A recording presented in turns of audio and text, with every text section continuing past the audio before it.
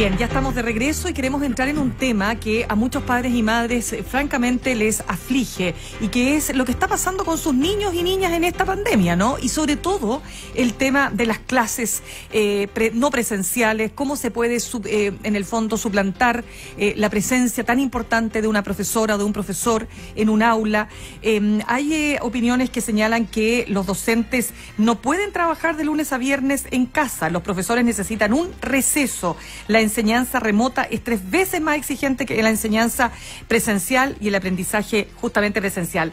Quien ha emitido estas opiniones y otras, por supuesto, en relación a los niños y la pandemia, es la neuropsiquiatra infantil Amanda Céspedes, a quien ya tenemos en línea y a quien saludamos. Doctora Céspedes, gracias por este contacto con ADN hoy. Encantada, muy buenos días, Mirna, Mauricio, aquí estamos a su disposición. Muy bien, quisiera partir por aquello, porque a ver, ¿qué es esto que usted dice de que se tiene, a ver, esto hay que regularlo, esto no, así como está planteado no está bien, y quiero preguntarle tanto para los niños y niñas y tanto para los profesores o profesoras? Sí, sin duda alguna. A ver, esto parte de un supuesto científico, ¿no? que está avalado por la evidencia, y es que aprender es un proceso laborioso, no es un evento. Aprender no es algo instantáneo que ocurra en la mente del alumno. Aprender requiere tiempo para hacer un procesamiento que permita la comprensión de lo que se está aprendiendo. En ese sentido es un proceso largo que requiere tiempo, que requiere integración con otros aprendizajes previos.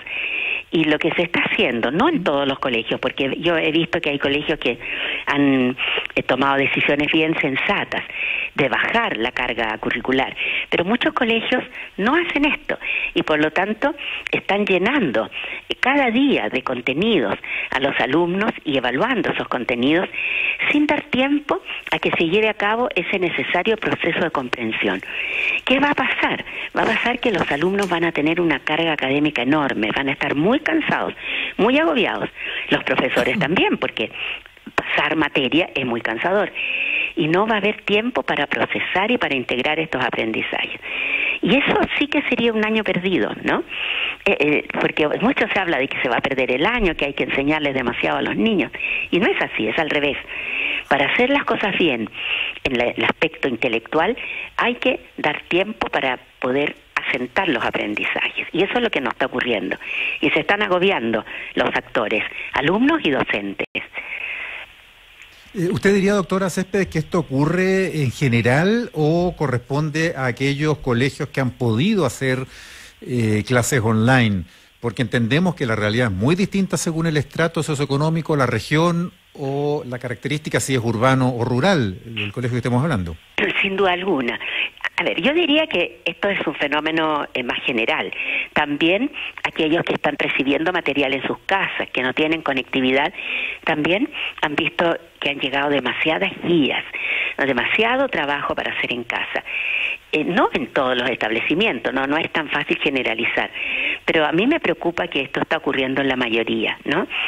Y aquí yo quisiera hacer un alcance que muchas personas desconocen en el campo de la educación, y es que cuando un alumno es convenientemente preparado para aprender contenidos durante los primeros 4 años de la escolaridad, vale decir de primero a cuarto básico, ese alumno tiene mucha más facilidad para asimilar una carga académica fuerte.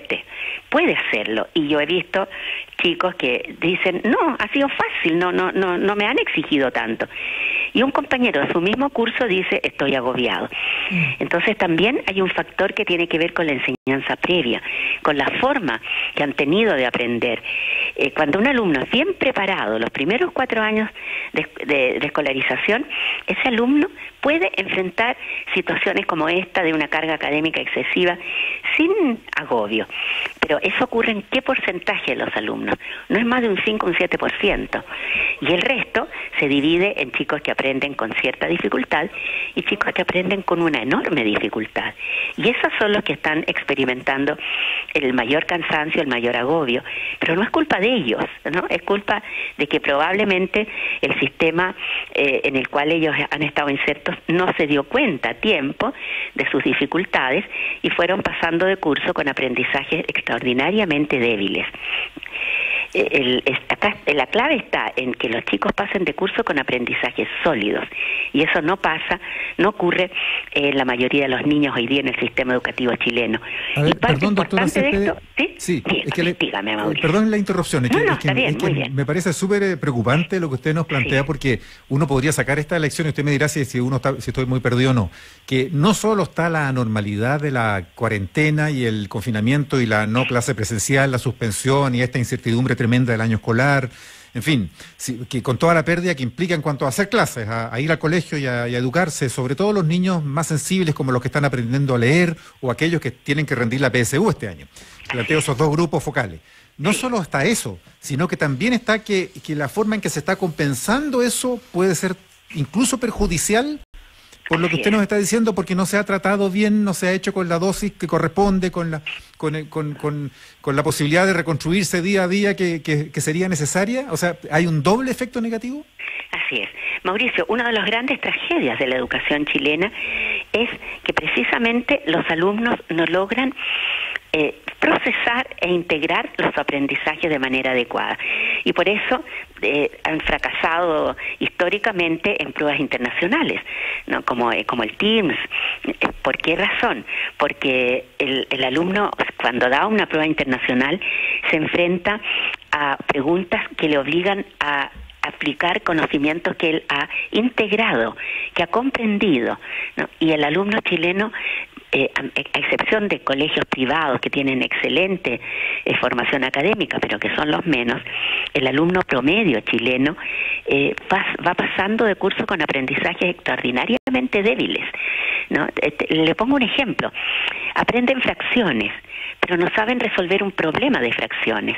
¿Por qué? Porque aprenden a sumar, a restar fracciones, pero no entienden el concepto de fracción, ¿no? Para poder entender el concepto de fracción se requiere un procesamiento y una integración comprensiva de los aprendizajes. Esa es la tragedia de la educación chilena, y hay que dar un paso adelante y darse cuenta de esto, y este es el momento, un momento pero glorioso para darse cuenta de que hay que hacer modificaciones en el sistema educativo, porque está demostrado el mayor agobio que están viviendo los alumnos es en aquellos alumnos que tienen que aprender de memoria sin comprensión y se cansan mucho. En cambio, el alumno que aprende y que contrasta con lo que ya aprendió de manera muy sólida, ese niño no le cuesta nada, gestiona el aprendizaje en casa casi como si fuera un alumno de doctorado, ¿no? Que los alumnos de doctorado aprenden en forma autónoma. Es lo que se llama el alumno autogestionado, el alumno autónomo. Ese alumno es la minoría en el sistema educativo chileno. Y eso, perdone, doctora, es que la quiero interrumpir, ¿sí?, en ese punto. Conversamos hasta ahora con la neuropsiquiatra infantil Amanda Céspedes, que usted nos está dando una mirada muy importante para entender que todo aquello que ya traemos, esta deficiencia, ¿no es cierto?, en la forma que aprenden nuestros niños y niñas, yo comparto con aquello, porque si no, ¿por qué tenemos los resultados que tenemos en las pruebas internacionales? Eso por de pronto. Pero esto se ve naturalmente agravado con una situación tan tensa como que padres se tienen que dedicar entre, por un lado, ¿no es cierto?, su trabajo remoto, cuando en el mejor de los casos lo pueden hacer, más aún tienen que apoyar a los niños en las tareas de clases presenciales, online. Profesores, que usted lo ha dicho también, tienen una carga mayor para poder implementar los contenidos, y colegios que creen que esto es lo mismo que si estuviéramos en una vida casi que normal, porque hay que sacar el contenido como de lugar. Entonces yo quiero preguntarle cómo, porque aquí la educación está súper segregada en Chile, entonces no es lo mismo un colegio público que tiene enormes dificultades, por ejemplo, para que los niños tengan clases online, respecto a un colegio privado de los top, pongámoslo así, en bien extremo. Entonces yo le pregunto, hagamos una especie como de equilibrio. ¿Qué es lo que usted recomienda para este año? Hay padres que están súper angustiados. Por ahí escuchaba a la ex subsecretaria de Educación, Valentina Quiroga, decir que no se puede pretender llevar el colegio a la casa.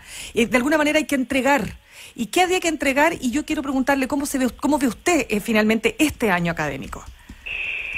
Yo insisto mucho en que lo que hay que hacer, aprovechar este tiempo, es de reforzar habilidades y no poner todo el énfasis en los contenidos.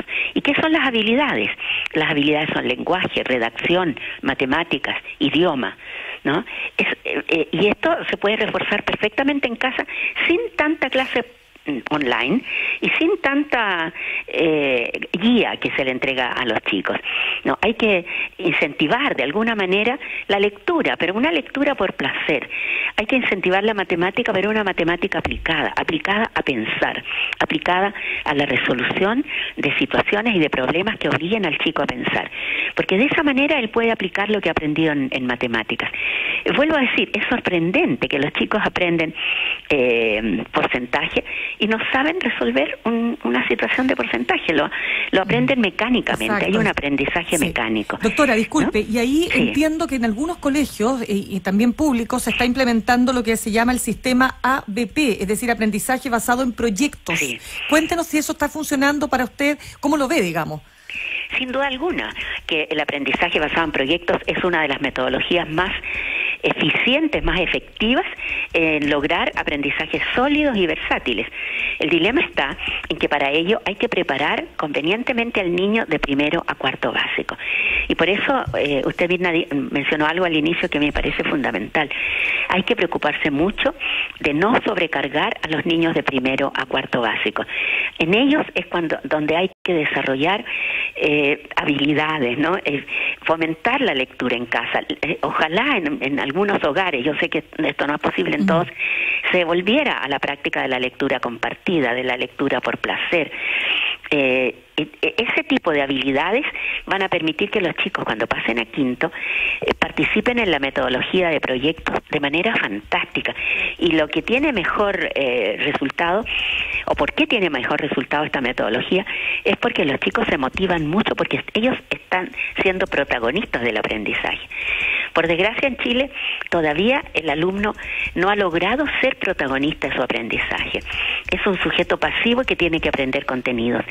Y cuando a mí me dicen, una mamá, le llegaron tantas guías, yo digo, ¿esas guías realmente desarrollarán un pensamiento crítico? ¿Motivarán al alumno a investigar, a hacerse preguntas? ¿O simplemente tienen que aprender contenidos de memoria y mostrarlos, que muchas veces no tiene ningún sentido porque son memorísticos? Lo más probable es que sea lo segundo, dice usted. Es lo más probable que sea lo segundo. Y ahí hay algo que es necesario entender. A mayor abultamiento de contenidos, mayor probabilidad de aprendizajes memorísticos. Yo en esta pandemia, Mirna, he sentido que debiéramos haber dar 10 pasos atrás. Y dar pasos atrás no es retroceder, no es involucionar, es avanzar. Y dar 10 pasos atrás significa disminuir la carga académica para dar tiempo a consolidar lo que se aprendió en años anteriores y que se aprendió mal. No, era una oportunidad ideal estos 3 meses para no mandar tanta materia nueva y haber consolidado y reforzado contenidos que se vieron en años anteriores y se aprendieron mal. Especialmente matemáticas, ¿no? Porque a veces se olvida para qué se está educando al niño hoy día. Se lo está educando para este siglo, que es un siglo muy desafiante, muy complejo. ¿Y quiénes van a tener éxito en este siglo? Van a tener éxito aquellos niños que hoy día están aprendiendo a pensar, que hoy día son creativos, están desarrollando altamente su creatividad, su autonomía, su capacidad de tomar decisiones. Eso es lo que tiene que hacer la pedagogía chilena hoy día, ¿no? Y no se está haciendo, y es el momento para que el ministerio se siente a pensar seriamente. Sí, permíteme, Mauricio, solamente una pregunta para la doctora y neuropsiquiatra con la que estamos conversando ahora, neuropsiquiatra infantil Amanda Céspedes. ¿Cuál es la realidad de los chicos y chicas que van a colegios municipales todavía, que tienen una situación más compleja? Usted decía ahí el tema de las guías. Yo he escuchado, por ejemplo, que lo que mucho se hace para poder, compensar la falta de clases online es todo a través del WhatsApp, y se entregan guías. Y en algunos casos me han contado, por ejemplo, que en escuelas rurales van los profesores a dejar sus guías a las casas incluso. Pero nuevamente seguimos, usted dice, reforzando una forma de enseñar. Pero ¿cómo se puede enseñar en una casa donde hay hacinamiento, donde hay dificultades, donde hay pobreza, donde hay, falta de muchas cosas, entre ellas, por cierto, falta de libros, bueno, en fin? Ay, es la pregunta sin respuesta. ¿Cómo se puede hacer?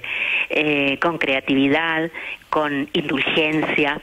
Es muy importante entender que la educación no puede homogeneizarse. No todos los chicos pueden aprender lo mismo, de la misma manera, al mismo ritmo, ¿no? Es necesario diversificar la enseñanza según territorio y según necesidades de los niños y según intereses de los niños. Yo defiendo la educación rural. La educación rural hoy día quizás es la que está haciendo mejor las cosas, porque ellos, sin darse cuenta, adhieren al movimiento de educación lenta, que se llama, ¿no? De enseñanza lenta, que es de lo bueno poco. Entonces no tienen esa presión de los colegios privados, de los colegios urbanos, y muy especialmente, yo aquí aprovecho de decirlo, la tremenda y nefasta presión de los apoderados. Hay un colegio en el sur, en una ciudad en el sur, que ha dado mucha prevalencia, mucha importancia a cautelar el aspecto socioemocional de los alumnos hoy día en casa. Se han preocupado mucho de esto. Y los apoderados han protestado. ¿Por qué? Porque no les pasan materia, ¿no? Y entonces le han dicho a la directora, mire, en el colegio de al lado le pasan mucha materia y los niños están aprendiendo mucho. Y los nuestros, no. El apoderado tiene una tremenda responsabilidad aquí en presionar para que se enseñe materia, porque el apoderado no sabe lo que es aprender, ¿eh? Y allí yo aprovecho de decir, la única manera de entender qué es aprender es conocer el cerebro de los niños, ¿no? Y lamentablemente más de la mitad de la población en Chile, e incluso personas que trabajan en educación, desconoce completamente el cerebro de un niño, cómo aprende. Si eso se lograra entender cómo aprende un niño, se podría enseñar de manera científica y los grandes beneficiados serían los niños. Bien, pues doctora Amanda Céspedes, neuropsiquiatra infantil, muchas gracias por haber compartido esta visión, este análisis aquí en ADN Hoy. Muchas gracias. Muchas gracias, Mauricio, Mirna, un buen día. Igualmente.